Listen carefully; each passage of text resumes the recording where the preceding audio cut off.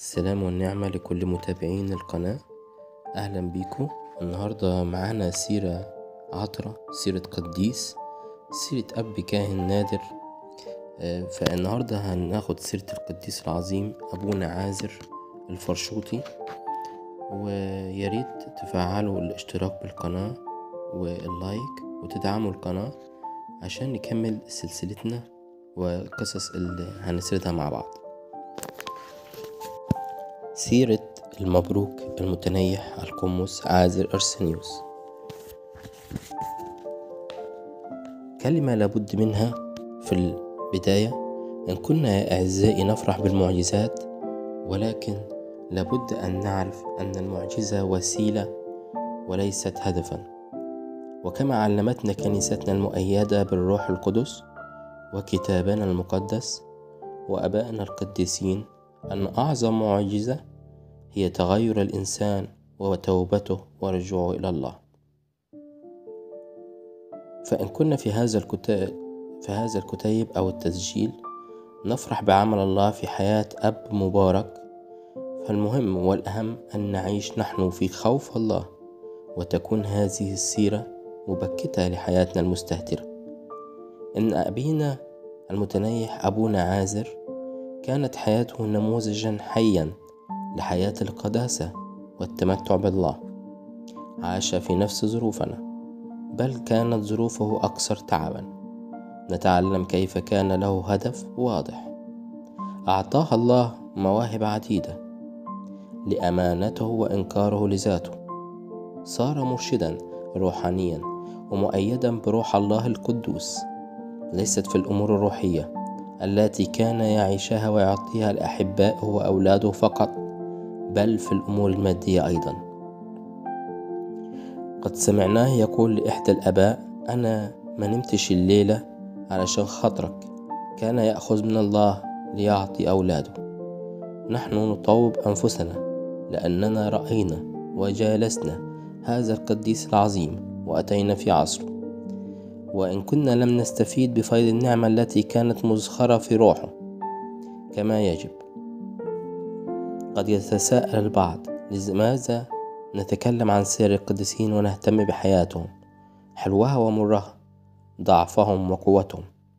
نعم، إنهم بشر مثلنا وكانوا تحت الضعف، ولكن كما قال معلمنا بولس الرسول: تقووا من ضعف، صاروا أشداء في الحرب، هزموا جيوش غرباء، جازوا حروبا صعبة ومواقف حرجة، بل وكثير منهم ذاقوا مرارة البعد عن الله وقسوة العالم، وعرفوا غضب الله على أبناء المعصية.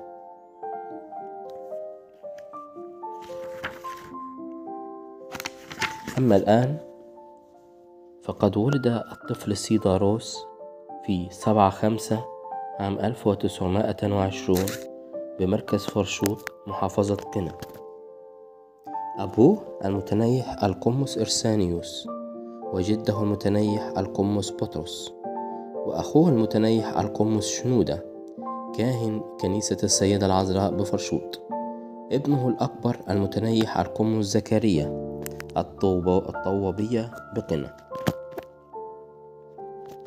وزوج ابنته القمص بسادة كاهن دير الأنبا بضابة بنجا حمادي، وهو في نفس الوقت ابن أخته. وزوج حفيدته قدس أبونا فليمون كاهن كنيسة العذراء بفرشوط.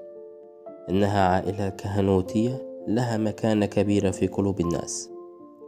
درس المتنيح القمص عازر الابتدائية القديمة، وبعد ذلك دخل الكلية الإكليريكية بالقاهرة بمنطقة مهمشة، ودرس 4 سنوات. وفي السنة 5 استدعاه والده لرسامته كاهن لكنيسة السيدة العذراء بفرشوط. رسم قسا بتكليف من البابا يوساب الثاني بيد نيافة الأنبا براءام مطران الأقصر آنذاك، وذلك في يوم 7 من شهر 8 عام 1949 ميلاديا، الموافق 1 أمشير عام 1665 للشهداء. رسم في كنيسة السيدة العذراء بالأقصر، ثم رجع باحتفالية كبيرة إلى بلده في فرشوط. كان قدس أبونا دائم التردد على قدس أبونا المتوحد مينا في الطاحونة، فيما بعد البابا كيرلس، وتتلمذ على يديه حتى بعد تولي البابا كيرلس الكرسي المرقسي. كان أبونا عازر يحضر تسبيحة نصف الليل مع البابا ثم يصلي في إحدى ضواحي القاهرة.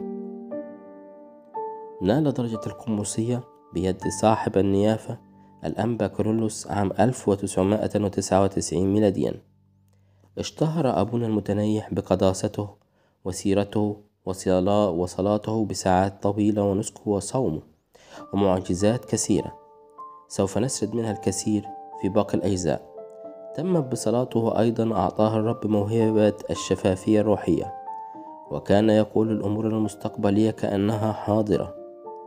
وأيضا أعطاه الرب موهبة إخراج الشياطين، كما اشتهر بحكمته في إعطاء المشورة لأولاده ولمحبيه ولكل من رآه أو زاره. وأيضا اشتهر بمحبته للكنيسة ولطقسها ولآبائها، وكان يكرم الكهنوت ممثلا في بابا الكنيسة البابا كيرلس والبابا شنودة الثالث، اللذان كان لهما مواقف معينة سوف نذكرها في هذه التسجيلات، وممثلة في الأب الأسقف نيافة المتنيح الأنبا كيرلس أسقف نجا حمادي وفرشوط. كان يطيع الاحترام اللائق برتبة الأسقفية، وكان يوقر ويحترم إخوته الآباء الكهنة والآباء الرهبان والراهبات. نستطيع أن نقول عنه إنه أب كنسي طقسي، وهذا سر قوته. الحق يقال إنه المبروك، كما كان يردد هذا اللقب البابا كيرلس السادس لأبونا المتنويح، ويقول جهز الأوضة اللي جنبي علشان المبروك جاي. وبالفعل يأتي أبونا عازر ليمكث أياما بجوار حجرة البطريرك. هذا الآب مكرم في الأرض لخدمته وبذل محبته، ومكرم من السماء التي قالت بفم الرب في صموئيل 1: حاش لي فإني أكرم الذين يكرمونني. كان هذا الأب راعيا أمينا، وأقيم لنفسي كاهنا أمينا يعمل حسب ما بقلبي ونفسي. تنيح أبونا الغالي في 24/6/2004 ميلاديا بشيخوخة وشيبة صالحة، ورقد في الرب. صلاته أمام العرش السماوي تسندنا وتكمل أيام غربتنا بخير.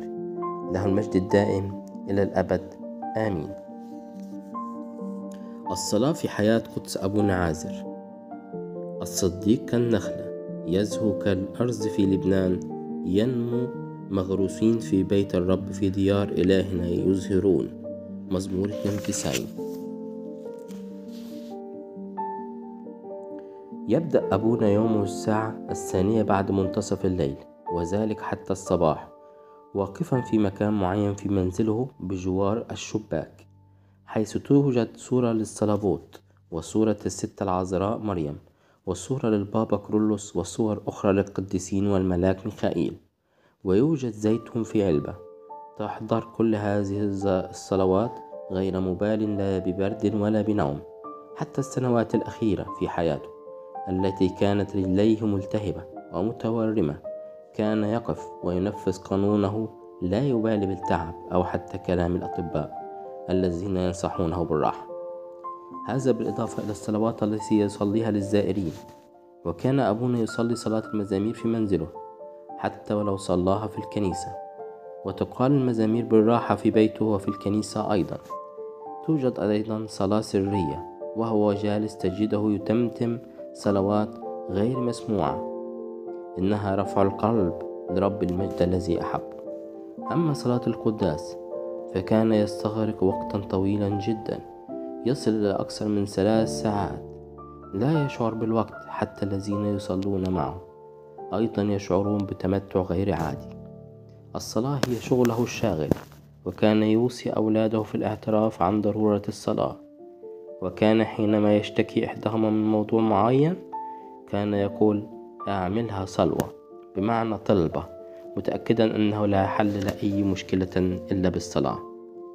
الرب يفقر ويغني، يضع ويرفع، يقيم المسكين من التراب، يرفع المسكين من المزبلة للجلوس مع الشرفاء. من صلاة حنة أم صموئيل. وكان ينصح أولاده في الاعتراف بكتاب روح التضرعات وصلوات القديسين ماري إسحاق وماري إفرام السرياني. كان يصلي بالذهن والقلب. وقال إحدى الشمامسة حينما قال له أبونا في القداس: صلي إنجيل الساعة 6، فقرأه الشماس بسرعة وبدون تركيز. وبعد أن انتهى من قراءة الإنجيل قال له: أنا لم أسمع شيء، صلي بالراحة. وفعلا صلى مرة أخرى، واستفاد الشماس بكل كلمة يقولها. أصلي بالروح، أصلي بالذهن أيضا، 1 كورنثوس 14-15. وكان يوجد مع أبونا مذكرة خاصة مفكرة فيها صلوات، وكان يخرجها من جيبه حينما يصلي لإحدى في صلوات أو مناسبات من صلاة الطشت أو حتى المعمودية. كان بعد أن تنتهي الصلوات الطقسية يفتح المذكرة ويصلي بها على المعمد، وكان من حين الآخر يكتبها إحدى أولاده ويضع صلواتها في مفكرة جديدة. وكان لابد الذي يكتبها يكون صائما. في أثناء رفع البخور في العشيات يصلى الزوكسولوجيات كلها، حتى القديسين الذين لا لهم أكثر من زوكسولوجية كان يصليهم بعمق، وزوكسولوجية الشهداء كلها، ولا يعتمد على مرتل الكنيسة أو الشمامسة، بل يصليهم بنفسه. قال لي إحدى الأطباء الشمامسة أن أبونا بعد أن صلى الزوكسولوجيات كان عرق ينصب من وجهه وكان شتاء، وقال لي: عارف أنا بعمل كده ليه؟ فصمت وأردت أن أسمعه، فقال: لما أتنيح يصلوا علي كتير، مش يقولوا كلمتين وخلاص. وكان يقول هذا كي يعلمنا أن نحب الصلاة حتى في موته أيضا صلاة. رأيت في أيام كياك الشهر المريمي يدخل الكنيسة الساعة 2 ظهرا ويخرج منها بعد صلوات القداس، وكان يردد الأيام الحلوة بتمشي بسرعة.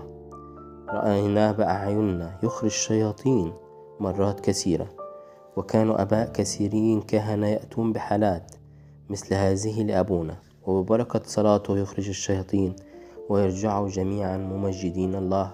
في حالة مثل هذه كان شابا عليه شيطان، سمعناه يقول لأبونا: عايز ايه مني يا قمص؟ اعمل ايه يا قمص؟ اطلع من فين يا قمص؟ وأبونا لا يرد عليه بأي كلمة، بل يكمل صلاته ولا يناقش الشيطان. وبالفعل وقع الشاب وقال: اتركوه، وقام معافى وخرج الروح منه.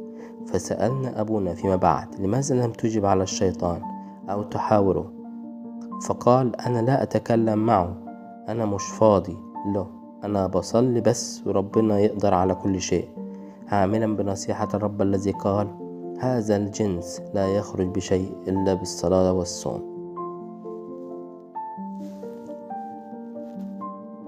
نكمل باقي المعجزات في الجزء الثاني، برجاء الاشتراك بالقناة ودعمنا وتفعيل زر الجرس حتى يصلك كل جديد.